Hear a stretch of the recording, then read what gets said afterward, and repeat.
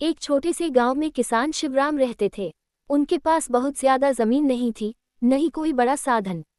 लेकिन उनके पास जो था वो था मेहनत करने का हौसला और अपनी मिट्टी से सच्चा प्यार। शिवराम हर रोज सूरज उगने से पहले उठ जाते। गांव अभी सो रहा होता, लेकिन शिवराम अपने खेत की तरफ चल पड़ते। उनके लिए खेती सिर्फ काम नहीं थी, वो उसे पूजा मानते थे। खेत में पैर रखते ही वे मिट्टी को हाथ लगाकर कहते, आज भी तुझे मेहनत दूंगा, तू मुझे फल देना। गांव के कुछ लोग उनका मजाक उड़ाते थे। कोई कहता, इतनी मेहनत का क्या फायदा। कोई बोलता, किसान कभी अमीर नहीं बनता। लेकिन शिवराम चुप रहते। वे जानते थे कि जवाब शब्दों से नहीं, काम से दिया जाता है। एक साल गांव में सूखा पड़ गया। बारिश समय पर नहीं आई। ज्यादातर किसान परेशान हो गए। कुछ ने खेती छोड़ने तक का मन बना लिया। लेकिन शिवराम ने हार नहीं मानी। उन्होंने अपने खेत में कम पानी वाली फसल बोई, मेड़ों को मजबूत किया और पानी की एक एक बूंद संभालकर इस्तेमाल की।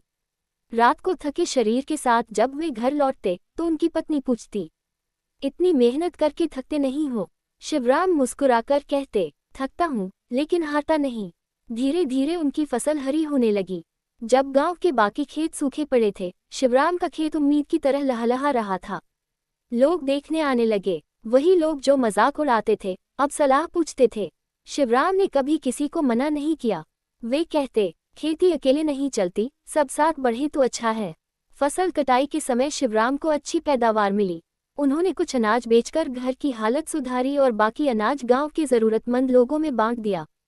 उनके लिए असली खुशी पैसे में नहीं, संतोष में थी। एक दिन गांव के स्कूल में बच्चों ने उनसे पूछा, किसान बनकर क्या मिलता है।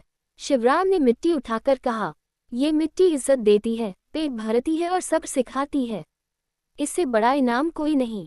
आज शिवराम का नाम गांव में सम्मान से लिया जाता है। लोग उन्हें सिर्फ किसान नहीं बल्कि सच्चा इंसान मानते हैं। कहानी का संदेश, किसान की ताकत उसकी मेहनत, समझ और धैर्य में होती है। जो अपनी मिट्टी से जुड़ा रहता है वही असली मायने में सफल होता है।